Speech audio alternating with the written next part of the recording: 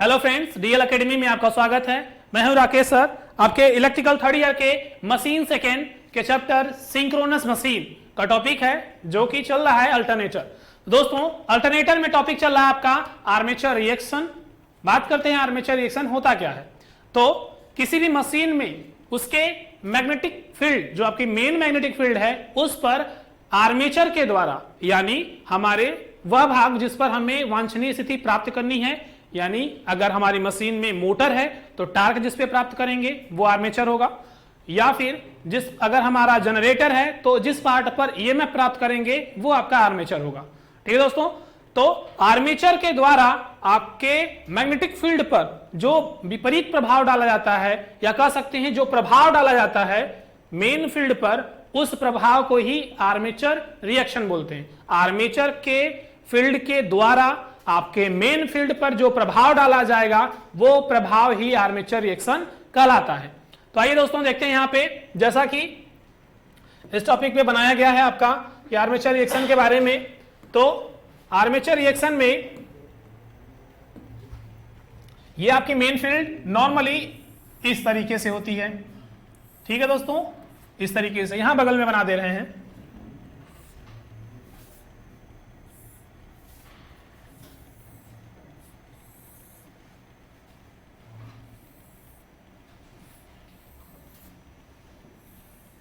ये आपकी main field हो गई, जो कि फ्लक्स लाइन इस तरीके से होंगी।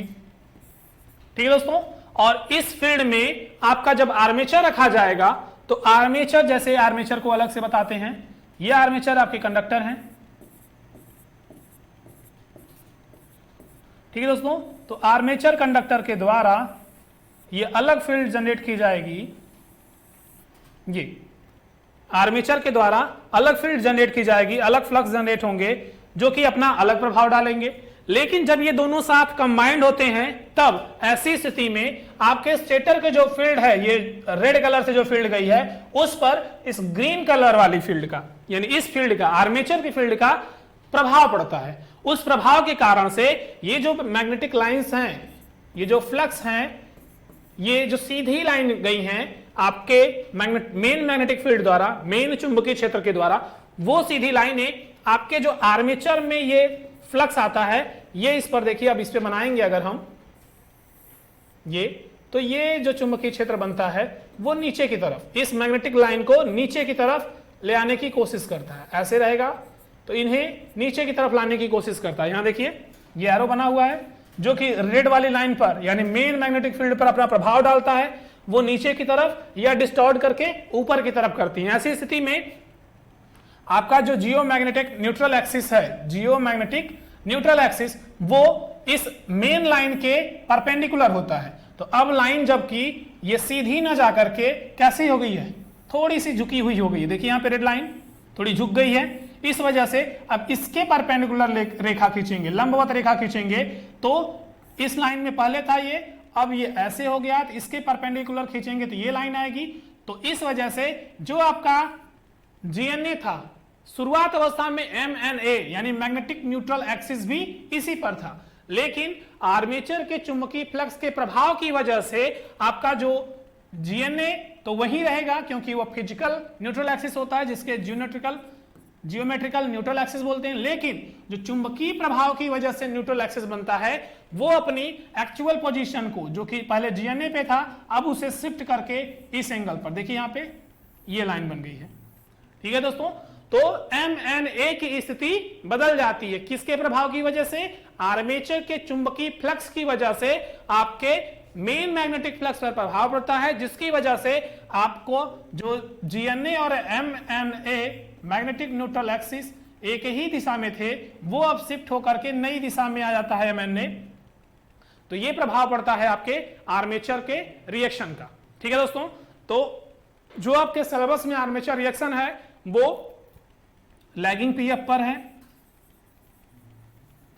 लैगिंग पीएफ मतलब पश्च शक्ति गुणक, लीडिंग पीएफ मतलब अग्रगामी शक्ति गुणक, और यूनिटी पीएफ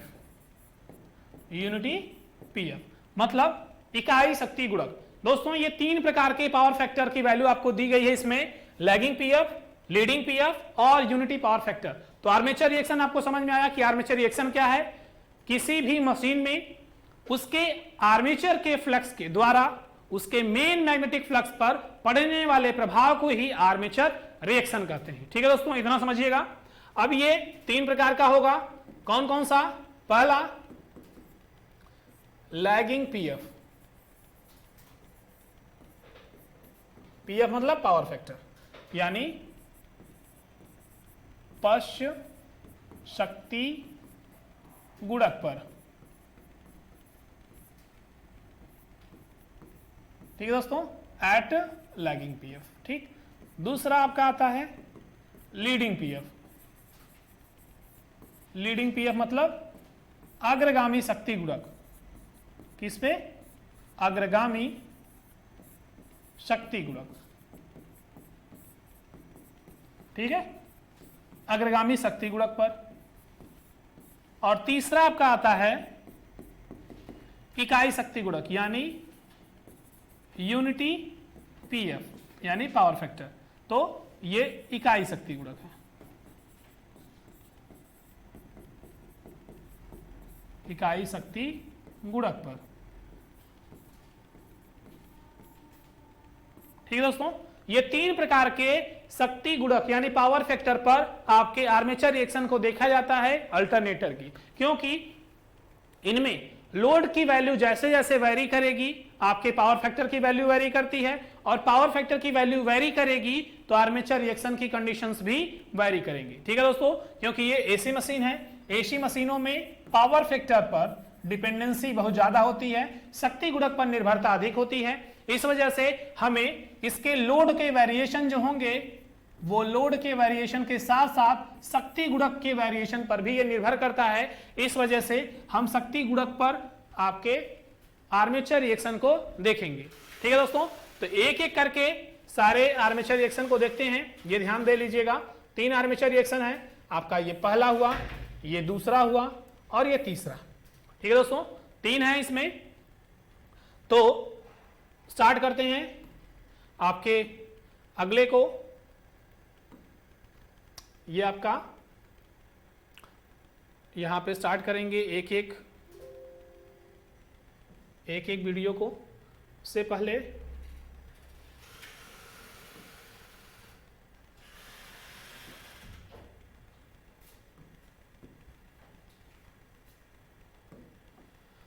तो दोस्तों आइए स्टार्ट करते हैं। पहला यूनिटी पावर फैक्टर, या फिर पहले देख लेते हैं आपका लैगिंग पावर फैक्टर। फर्स्ट आपका है लैगिंग पीएफ। ठीक है, लैगिंग पीएफ पर, या इसे बोलेंगे पश्च शक्ति गुणक पर। ठीक है, ये स्थिति में देखेंगे। तो सबसे पहले स्टार्ट करते हैं कि हमारा जो यहां पे फेजर बनता है दोस्तों, वो फेजर कैसे बनेगा? हमारा जो फ्लक्स होगा, कौन सा flux? Main flux. Main flux कौन सा होगा? आपके जो चुंबकीय क्षेत्र उत्पन्न किया जाएगा आर्मेचर के लिए, वो फ्लक्स हमारा है। तो आपके अल्टरनेटर में कौन सा फ्लक्स होता है? वो आपकी ये मशीन हो गई, ये आपका स्टेटर है। ठीक है दोस्तों, और ये आपका रोटर हो गया।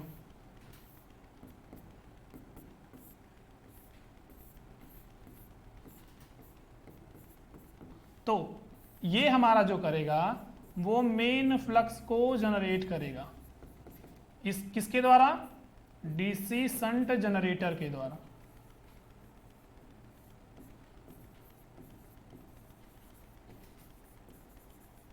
डीसी शंट दोस्तों, लैंग्वेज प्रॉब्लम नहीं आएगी। जो चीजें अगर हम इंग्लिश में लिखेंगे भी उसे हिंदी में बताते रहेंगे तो समस्या नहीं आएगी आपको लैंग्वेज की।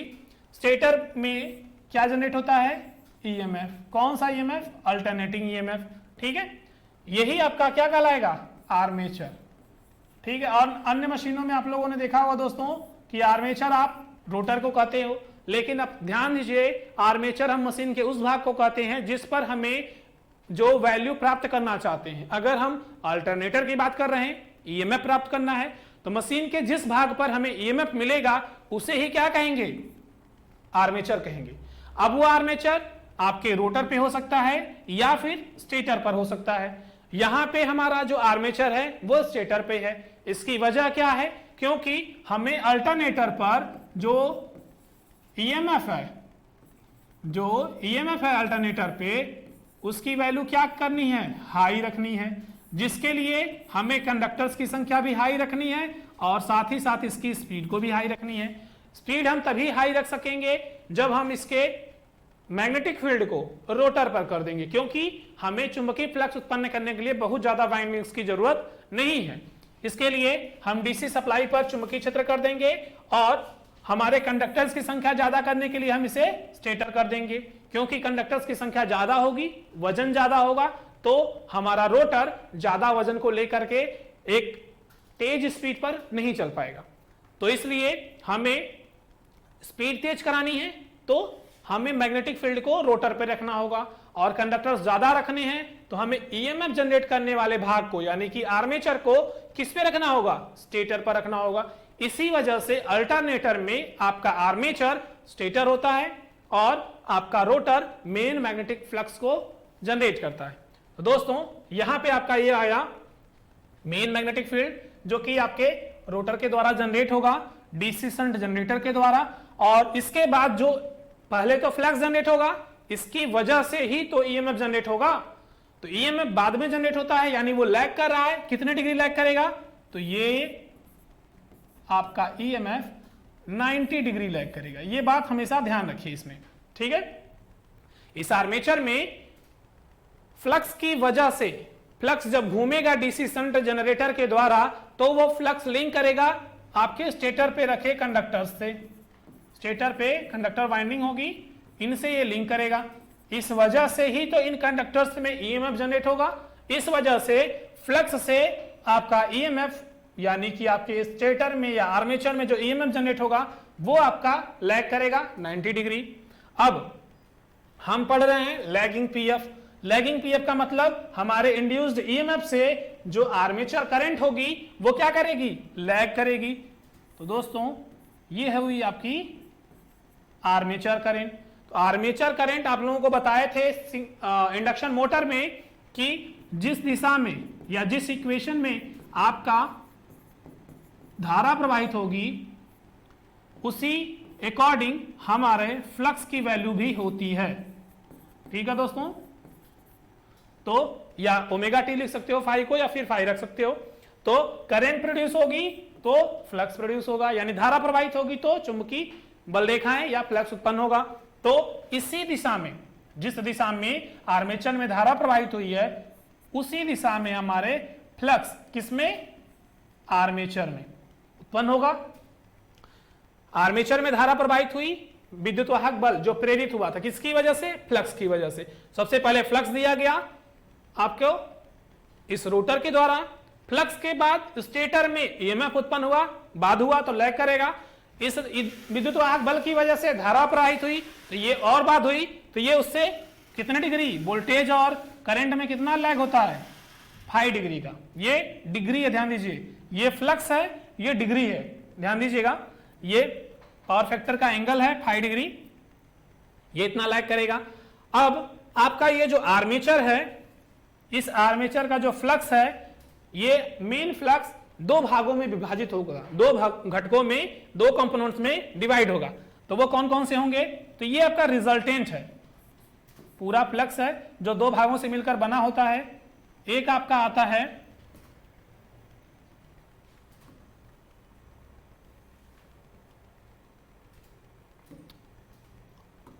आएगा,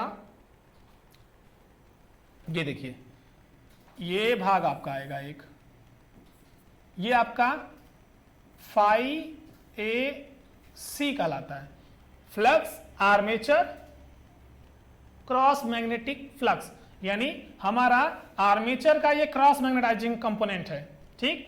क्रॉस मैग्नेटाइजिंग कंपोनेंट क्या होता है, जो ये चुंबकीय बल रेखाएं हैं, चुंबकीय बल रेखाएं किसकी, तो आपके मेन मैग्नेटिक फील्ड की ये चुंबकीय बल रेखाएं हैं, इन पर जब कोई चीज लंबवत लगती है, ठीक है, लंबवत लगती है तो ये इसको क्रॉस कर रही है, और जब इसके एकदम अपोजिट लग जाए, ठीक है, ये हमारी बल रेखाएं मेन है, मेन पर ये देखिए परपेंडिकुलर लग रहा है, लंबवत लग रहा है, तो ये बोलते हैं cross magnetic effect, cross magnetic effect. ठीक है दोस्तों, ये क्रॉस मैग्नेटिक इफेक्ट मेन चुंबकीय फ्लक्स के लंबवत लगता है। देखिए यहां मेन चुंबकीय फ्लक्स इस दिशा में है और आपका क्रॉस वाला इस दिशा में है, ठीक है, लंबवत लगा है। और जो डी मैग्नेटिक कंपोनेंट होता है, आपके आर्मेचर रिएक्शन के दो घटक हैं, एक डी मैग्नेटिक कंपोनेंट और एक क्रॉस मैग्नेटिक कंपोनेंट।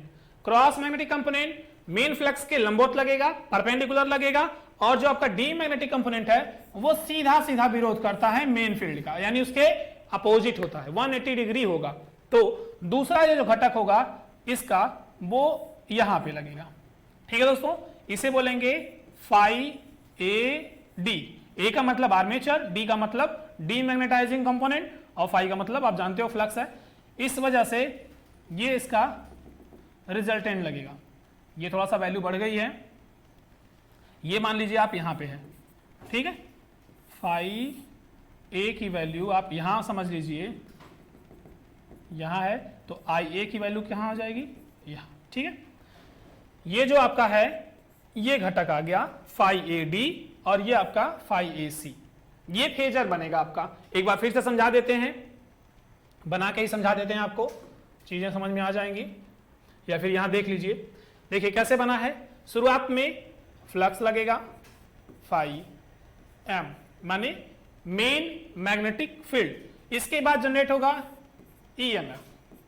ठीक है दोस्तों, ईएमएफ के बाद उसमें धारा प्रवाहित होगी आई, कौन सी धारा, आर्मेचर में।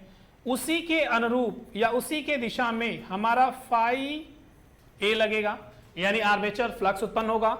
ये आर्मेचर फ्लक्स दो घटकों में डिवाइड होगा। उससे पहले ये देख लीजिए, ये एंगल होगा हमारा 5 डिग्री, ठीक है, ई और आई ए के बीच में। ये फाई ए आपका दो घटकों में डिवाइड होगा। कौन कौन से घटक होंगे, तो पहला आपका जो आएगा कंपोनेंट, इसे बोलेंगे phi A C, cross magnetic effect या क्रॉस मैग्नेटिक कंपोनेंट। उसके बाद ये इसका दूसरा बल लगेगा, ये फाई ए डी, जो कि इसका अपोजिट होगा, किसका, मेन मैग्नेटिक फील्ड का। देखिए फाई ए डी आपके मेन मैग्नेटिक फील्ड से 180 डिग्री पर लग रहा है कि नहीं लग रहा, लग रहा है ना। तो ये स्थिति आपकी बनती है किसमें, लैगिंग पीएफ पर। ये ध्यान दीजिएगा, अभी कंपेयर भी कराएंगे सभी का फेजर बना करके। एक एक चीज को समझिए केवल पहले, कि लैगिंग पीएफ पर ये फेजर बनेगा कैसे, आपका क्रॉस मैग्नेटिक इफेक्ट आएगा, डी मैग्नेटिक इफेक्ट आएगा। किस दिशा में होगा क्रॉस, तो आपके मेन फील्ड से 90 डिग्री पर, और आपका डी मैग्नेटिक वो मेन फील्ड से 180 डिग्री पर। ये आर्मेचर रिएक्शन यानी आर्मेचर का प्रभाव पड़ेगा। इस वजह से आपकी मेन फील्ड इधर, तो आर्मेचर की फील्ड का फ्लक्स इस दिशा में लगेगा। ठीक है दोस्तों, ये आपका आ गया लैगिंग पीएफ पर। आपका अगला कौन सा होगा, तो अगला आपका होगा लीडिंग पीएफ पर, या यूनिटी पर देख लीजिए, या लीडिंग पर लिखे थे आप, लीडिंग पर देख लीजिए, लीडिंग पीएफ, या सीधे सीधे पूरा लिख लीजिए पावर फैक्टर। ठीक है दोस्तों, यानी अग्रगामी शक्ति गुणक, अग्रगामी शक्ति गुणक पर। ठीक है दोस्तों, ये अग्रगामी शक्ति गुणक पर। तो अग्रगामी शक्ति गुणक में देखते हैं कैसे बनेगा। तो सबसे पहले जैसा कि पिछले में बना, phi M main magnetic flux, इससे बाद में उत्पन्न होगा आपका ईएमएफ। ठीक है दोस्तों, ये हो गया आपका ईएमएफ। इसकी वजह से आपका जो करंट उत्पन्न होगा वो कौन से फैक्टर पर है, पावर फैक्टर कौन सा है, लीडिंग, अग्रगामी शक्ति गुणक। अग्रगामी में आपकी धारा क्या होती है,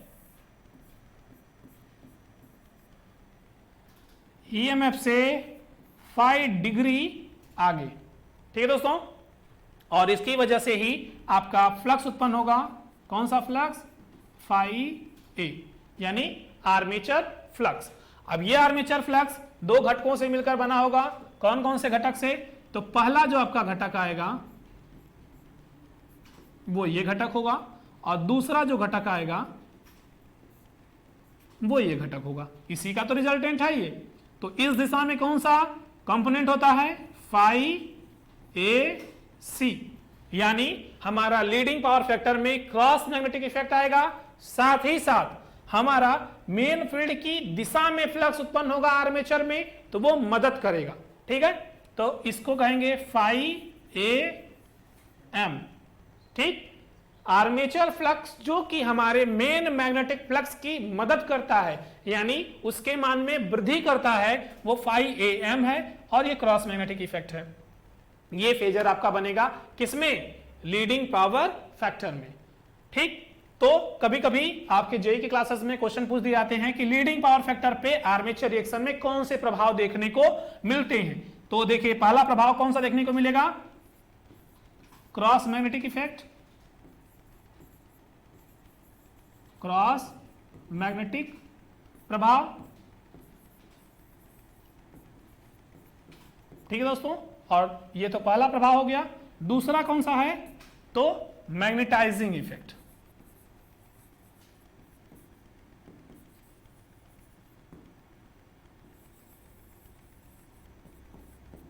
मैग्नेटाइजिंग इफेक्ट, यानी वो हमारे मेन मैग्नेटिक फील्ड के फ्लक्स के मान में वृद्धि कर देता है। ये दो घटक किसमें मिलते हैं, आपके इस वाले फैक्टर में। तीसरा कंडीशन क्या आपकी बनती है, तो तीसरा इसी पे देख लेते हैं, तीसरा इसी पोजीशन पे देख लेते हैं। देखिए दोस्तों, तीसरा आपका है यूनिटी पीएफ, यूनिटी पीएफ यानी इकाई शक्ति गुणक, इकाई शक्ति गुणक। ठीक है, और आपको पता है कि इकाई शक्ति गुणक पर आपका ये अल्टरनेटर का आर्मेचर रिएक्शन काम करेगा, तो किस प्रकार का फेजर बनाएगा, तो फेजर देख लेते हैं। ये हमारा मेन फ्लक्स है, ये हमारे ईएमएफ का मान है, और करंट अगर हमारा यूनिटी पर है तो वोल्टेज की दिशा में ही करंट जनरेट होगा, आई ए। ठीक, और आई ए की दिशा में ही हमारा क्या जनरेट होता है, फाई ए। तो दोस्तों ये हमारा फाई ए हो गया इसी दिशा में, तो फाई ए जनरेट होगा, और इस दिशा में ही अगर ये हो जा रहा तो रिजल्टेंट भी इसी दिशा में लग जाएगा, क्योंकि दो घटक बांटने की जरूरत नहीं पड़ेगी यहाँ पे। तो ये दिशा में होगा, तो यहाँ पे हम कह सकते हैं फाई ए, या स्मॉल ए कर दीजिए आप, is equal to phi A C. यानी यहां पे एक बात ये देखने को मिलती है कि आपका यूनिटी पावर फैक्टर की कंडीशन में केवल एक ही चीज देखने को मिलता है, क्रॉस मैग्नेटिक इफेक्ट। क्या मिलता है दोस्तों देखने को, क्रॉस मैग्नेटिक इफेक्ट। ठीक, आपका, और इसी पे देखिए आपका लैगिंग का भी बना दे रहे हैं ताकि आपको समझ में आ जाए, तीनों का कंपेयर हो जाएगा लैगिंग पीएफ पर। तो लैगिंग पीएफ पर आपका ये फाई था जो कि मेन फील्ड था, ये आपके ई की वैल्यू थी, लैगिंग था, करंट की वैल्यू लैग कर रही है, ये आई ए हो गया, इसी की दिशा में फाई ए हो गया। ठीक है, ये दो घटकों में विभाजित होगा, कलर चेंज कर ले रहे हैं यहाँ पे, दो घटकों में विभाजित होगा, तो ये हो गया आपका एक घटक जो कि फाई ए सी था, और दूसरा घटक जो बनेगा वो फाई ए डी था। ठीक है दोस्तों, ये आपका बन गया, ये तीनों के फेजर एक पेज पे। ठीक है, तीनों को 1 बाय 1 समझते हैं। देखिए इसमें क्या इफेक्ट देखने को मिल रहा है, तो इसमें क्रॉस प्लस डी मैग्नेटिक दोनों देखने को मिल रहा है। ठीक, इसमें क्रॉस प्लस मैग्नेटाइजेशन ये दोनों देखने को मिल रहा है। तीसरे में केवल और केवल क्रॉस मैग्नेटिक इफेक्ट देखने को मिल रहा है। ठीक है दोस्तों, तो ये फेजर में डिफरेंस है, तीनों का फेजर यहां पे एक साथ हो गया है, तीनों का आप अंतर देख सकते हो। लैगिंग में फ्लक्स ईएमएफ, उससे करंट लैग करेगा 5 डिग्री, ये उसी की दिशा में आर्मेचर फ्लक्स, और उसका दो component phi AC phi A D. ठीक है, दो प्रभाव देखने को मिलेंगे, क्रॉस मैग्नेटिक इफेक्ट और डी मैग्नेटिक इफेक्ट। अगला आपका आएगा, आपका अगला आता है यहां पे लीडिंग पावर फैक्टर, अग्रगामी शक्ति गुणक, जिसमें ईएमएफ से करंट आगे रहेगी कितने डिग्री, 5 डिग्री। तो मेन फ्लक्स ईएमएफ, इससे 5 डिग्री करंट आगे, उसी की दिशा में आर्मेचर फ्लक्स जो कि दो घटक में होगा, phi AM phi AC. Magnetic effect, cross magnetic effect, दो प्रभाव इसमें देखने को मिलेंगे। तीसरा आपका आता है इकाई शक्ति गुणक, यूनिटी पावर फैक्टर। ठीक है, यूनिटी पावर फैक्टर में फ्लक्स मेन होगा आपका, और इसी की दिशा में क्या आएगा, इसी की दिशा में आपका आ जाएगा ई के साथ साथ आई ए। ठीक है, उसी की दिशा में, क्योंकि वो यूनिटी है तो ई की दिशा में ही आई ए, और आई ए की दिशा में ही फॉलो करता है कौन, फाई ए। ठीक है दोस्तों, तो फाई ए ये खुद एक एक्सिस पे आ गया है, इस वजह से ये केवल एक ही घटक में है। Phi A is equal to phi A C, यानी total armature current sorry flux केवल एक ही प्रभाव दिखा रहा है, कौन सा, क्रॉस मैग्नेटिक इफेक्ट। तो दोस्तों इस तरीके से आपका आर्मेचर रिएक्शन का चैप्टर या टॉपिक समाप्त हुआ। मिलते हैं अगले क्लास में। इसे कहीं डाउट हो रिवाइंड करके देख लीजिएगा, और क्लास को लाइक एंड शेयर करिए अपने दोस्तों के साथ। तो मिलते हैं अगले क्लास में दोस्तों, थैंक यू।